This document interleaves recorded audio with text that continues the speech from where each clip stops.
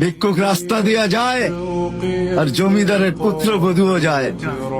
একজন সামনের থেকে আসতেছে, একজন সামনের দিকে যাইতেছে।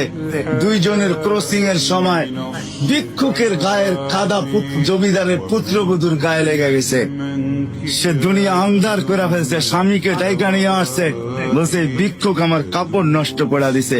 সে শুধু ভিক্ষুক ছিল না, বৃদ্ধ ছিল। বৃদ্ধ ছিল না শুধু, জীর্ণ ছিল, শীর্ণ ছিল, শরীরে কাপড় ছিল না, ফাটা চিরা কাপড় ছিল, পায়ে জুতা ছিল না, পেটে ভাত ছিল না। জমিদারের পুত্র সইতে পারে নাই, যৌবনী শক্তি সয়তো সয় কি করা, তার স্ত্রীর গায়ে ভিক্ষুকের কাদা। বস সমগ্র শক্তিকে হাতে জমা করা, একত্র করা বৃদ্ধের গালে বসায়। বৃদ্ধ কিচ্ছু বলে নাই, শুধু উপরের দিকে তাকায় দুই তিনটা শব্দ উচ্চারণ করছেন। শব্দগুলা হলো ইয়া মাল্লাহ, তারা হলো ওয়ুন, ও আল্লাহ চোখে দেখা যায় না, ও তারা কুল্লা শাই, তুই সব দেখিস, ফারা তারা মা বি, তুই কি দেখিস না আমার সাথে কি ঘটতেছে, এটা কি দেখিস না? বলতে দেরি যুবক, মরতে দেরি হয় নাই।